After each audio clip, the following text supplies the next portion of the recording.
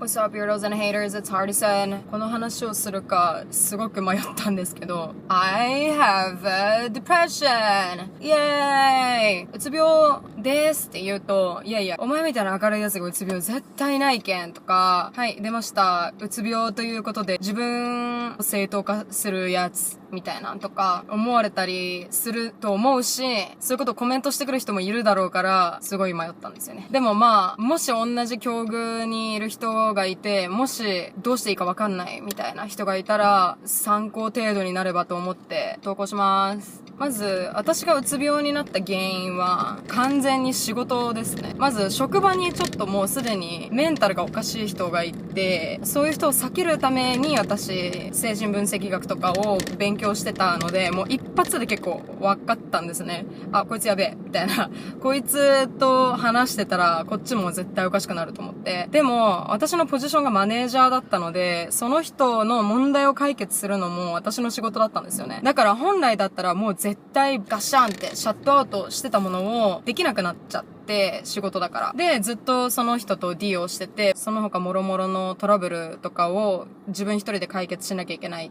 ていう状態で、どんどんストレス溜まっていって、で、もうちょっとおかしくなってきて、疲れで。もうとにかく、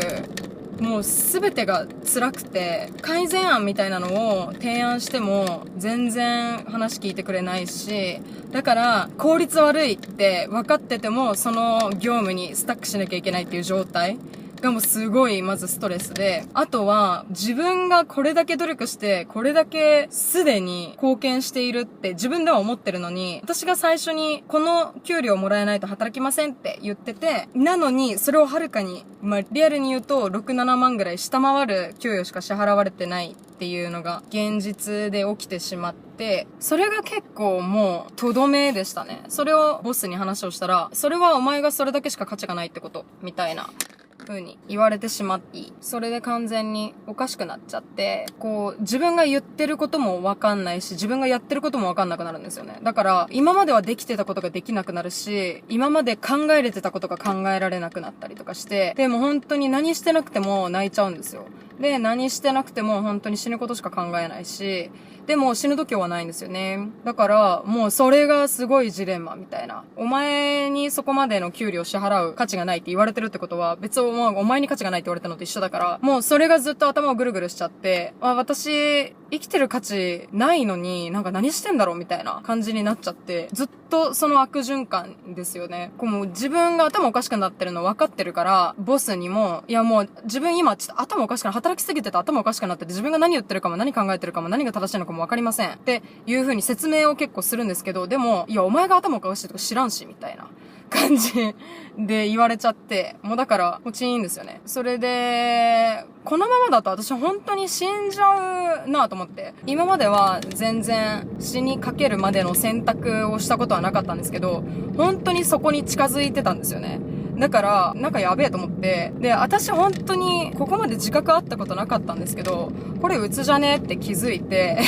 で、もう速攻心療内科に行って、で、そしたら、もう過労ですね。消耗性のうつですって普通に診断されて、もうめっちゃほっとして、それで、よかったわ。私病気だったわ。みたいな。だって、うつって言われたら、そこまで自分の気が狂ってたのも病気なわけじゃないですか。だからすごい安心して、それで。それでうつですって言ったら解雇されたんですけど、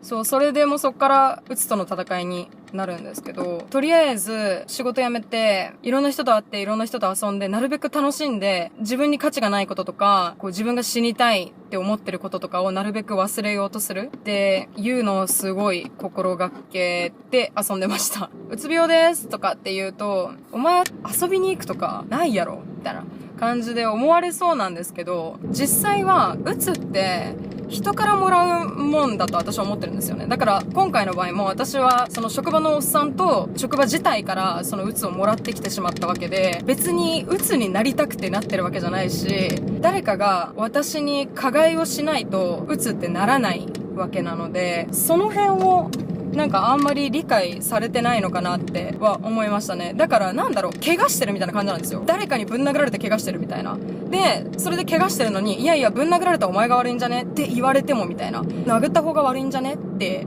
いう。